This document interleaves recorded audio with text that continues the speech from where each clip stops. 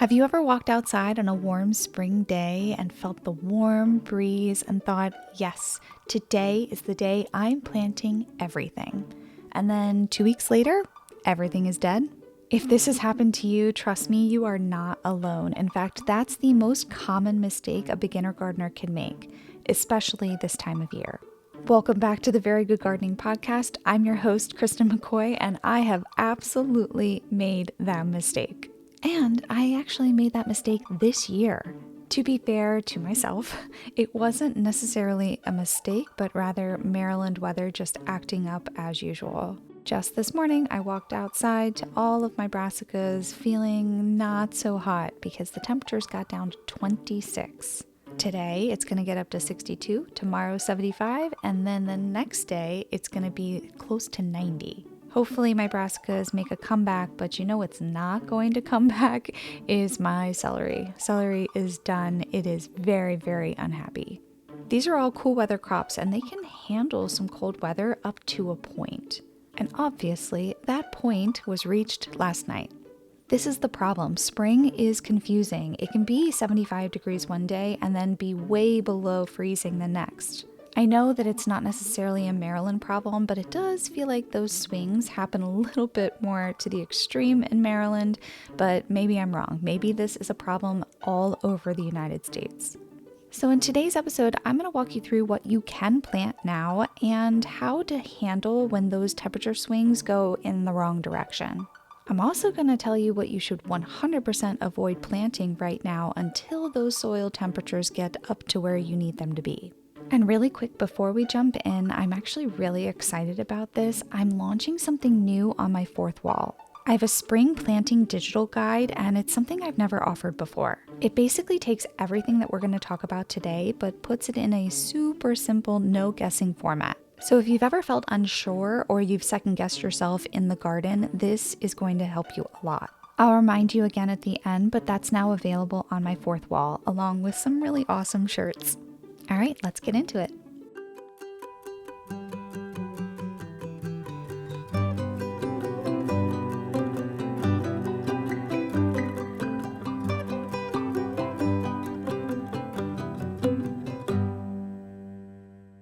Spring will lie to you, and it'll lie straight to your face. One day you're outside playing catch with your kids, you've got hot dogs on the grill, you've got sunglasses on, you're in a t-shirt, and the next day it snows. Well, maybe it didn't snow where you are, but that definitely happened to us. Just a few weeks ago, we went from 83 degrees to snow the next day, 3 inches of snow. But there's one thing that you absolutely 100% need to remember. Even if those temperatures outside last for a few days, there is a difference between warm air and warm soil. Your soil has been in those cold winter temperatures for the last 3, maybe even 4 months. It's going to take a while for your soil to warm up to the temperatures that your plants need to grow and thrive. I'm in Maryland, Zone 7B, and this is what we call false spring. It is very confusing, and it's always around St. Patrick's Day and April Fools, which feels right. You want to wait until your soil temperatures are up to the point where your plants are able to grow and thrive. That's where a soil thermometer is really going to come in handy. You also want to make sure you know when your frost dates are. When is your average last frost date? Look this up on the USDA website. It will show you exactly what your first and last frost dates are on average for your area. It'll also tell you your zone, which is what's tied to those frost dates. This is not fast and true, so you really want to make sure that you check around with some of your neighbor gardeners before you put anything in the ground. I am very lucky. I have my father-in-law that's right next door, and he is a seasoned gardener in this space. So sometimes I'm like, hey, I'm thinking about planting this. And he'll go, I would wait. And it's fantastic advice. You really can't even buy that advice. So I trust him. And now I plant my potatoes at a certain time, like a certain day every single year because of my father-in-law, because he is so used to this area. And right now, it says that our last frost date is around April 15th. However, everyone in our area knows April 15th is almost never the last frost date. Last year, it was April 22nd, and that was pretty early for our area. So I usually wait until early May to put anything in the ground that's going to be a warm weather crop. But I'm getting ahead of myself. Let's go back to soil temperatures. Soil is like a slow moving oven. Just because the outside temperatures are one temperature doesn't mean the inside of the oven is that temperature.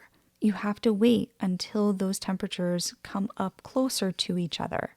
So let's talk about what you can plant right now and the things you can do to kind of help them if the temperatures get a little too low like they did for me last night.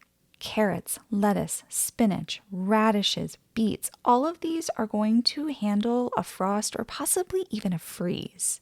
Especially because they're going to be directly sowed into the soil, they will get used to their surroundings a lot better than something that you would transplant. And these are things that are going to germinate in colder soil versus warmer soil, which I know contradicts a lot of the garden knowledge out there, but these crops will thrive in colder weather. In fact, once it gets too warm, they start to die off or go to seed. Next, let's talk about some bulbs and root plants that you want to grow right now.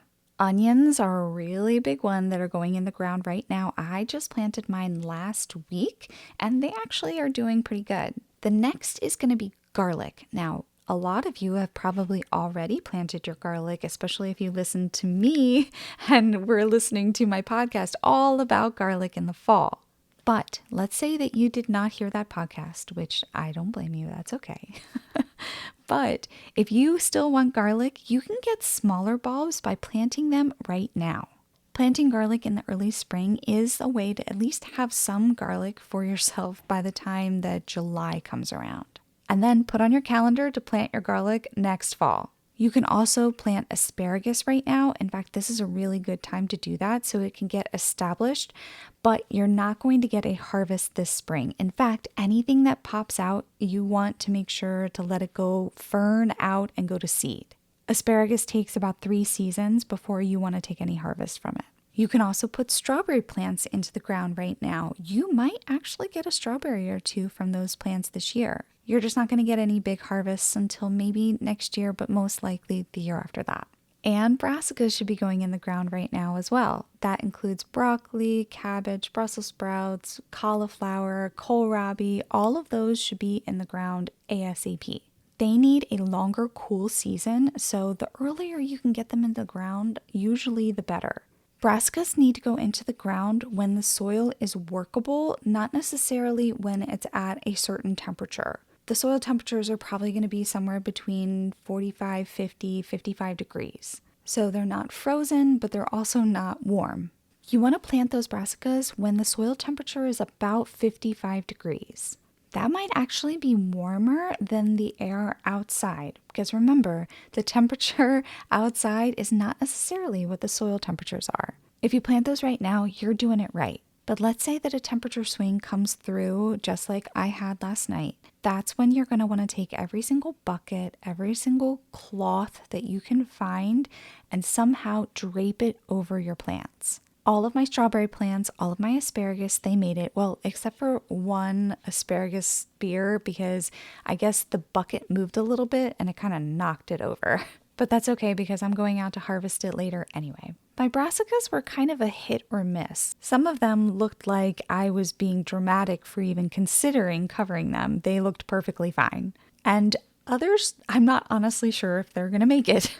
I lost all of my celery. I really do not think it's going to make a comeback, which makes me really sad because celery takes so long to germinate and grow. But, it is what it is. My pak choi will probably make a comeback if I cut off all of the outer leaves. And some of my cilantro is, again, hit or miss. Half of it was like, I'm out of here. And the other half is like, I love this. But covering those crops really does give it extra protection, and that's the best way to kind of deal with those big temperature swings. Here's what you're going to wait to plant. Do not plant these now. This is where people really, really mess up. And I even had somebody ask if they could plant their tomato plants right now. They're in Maryland. And big capital letters. I was like, no, do not do that. So as you can imagine, tomatoes are on the list of do not plant right now because tomatoes are warm season crops. Also, cucumbers, peppers, squash, all of these you need to wait. Beans, melons, watermelons, soybeans, all of these are going to need the soil temperatures to come up way, way higher. The ideal temperatures for these crops is going to be between 65 and 70 degrees. And sometimes that means that you're waiting until early May. Sometimes that means that you're waiting until after Memorial Day. It all depends on your average last frost, your zone, and when your soil finally starts to get with the program. All of the crops that I mentioned will die if there is any kind of frost. Sometimes plants like basil, they will die even if it gets close to 40 degrees. A freeze is always out of the question, and sometimes, yes, you can try to cover your crops again, like we did with the cool weather crops, but the issue is that these temperatures are so low sometimes that it stunts their growth, and these plants will have a hard time coming back from that. I know that a lot of people have the mindset of planting earlier gives your plants a head start, but it can actually be the complete opposite. Sometimes planting later is what gives your plants the head start. Let's do a scenario of tomato plants that are planted in mid-April. Then a week and a half later, you get a freeze. It goes down to 31 degrees. You've tried to cover your crops. However, all of those little blooms that you had on your plants, all of those leaves, they're not looking so hot. So now your plant by, let's say, May 1st, is going to be in recovery mode. You have just now set your plant back a month. But now it's May 8th, and your neighbor has waited, and they are putting healthy seedlings into the ground. Now your plants might be a little bit bigger, but their plants are a lot healthier. Patience definitely pays off in this scenario. Do not put anything into the ground until the soil is ready. So what are the 3 takeaways from this episode that will help you during this very volatile spring season? Number 1, know your frost dates. Number 2, check your soil temperatures. And number 3, if in doubt, wait. I always say every year that I plant my potatoes on St. Patrick's Day and I plant my garlic on October 15th, but that's actually not altogether true. This year, I did not plant my potatoes on St. Patrick's Day because there was a whole host of things that happened, and I'm actually kind of grateful that I didn't. The weather was not conducive during that time for me to plant my potatoes. So they are going in the ground today, which is the end of March. If my potato plants had come up out of the soil last night, they would have been toast. Even though technically potatoes can be a cool weather crop, they do not like a frost or a freeze. Potato plants will completely die. It will almost look like there wasn't a plant there at all to begin with. This has happened to me many times, and the plant does recover. So you're probably thinking, why in the world is she planting on St. Patrick's Day if this has happened many times? And you're probably right. However, potatoes are a little bit different because the crop is actually underneath the soil, and the soil is going to be keeping those potatoes or little tiny baby potatoes underneath the ground safe. They're not going to die off. It's just the plant itself that dies off and feeds all of the potatoes. So yeah, maybe I should wait a little bit, but you know what? We're going to find out this year because I have unwillingly been in an experiment of my planting potatoes this year. All right, if there's one thing to take away from this episode, it should be that just because it feels like spring doesn't mean that your garden is ready for everything to be planted. Focus on the crops that actually want to be out in the ground right now and wait on those warm season crops until the soil is ready. This is going to help you set up for a much more successful gardening season. And if you're listening to this and thinking, well, I feel like I'm still going to mess this up, that's why I created my spring planting digital guide over on my Fourthwall. This is brand new. I've actually never offered digital products before, but I'm really proud of this. It helps you walk through every single step of planting in the spring so that you don't have to second guess yourself anymore. There's a link in my bio that goes directly to that spring planting guide. And if this episode helped you, it would mean a lot to me if you shared it with a friend or if you left a review on the podcast. It really helps me grow over here. And if you enjoyed this episode, I'd really appreciate it if you could send it to a friend or leave a review.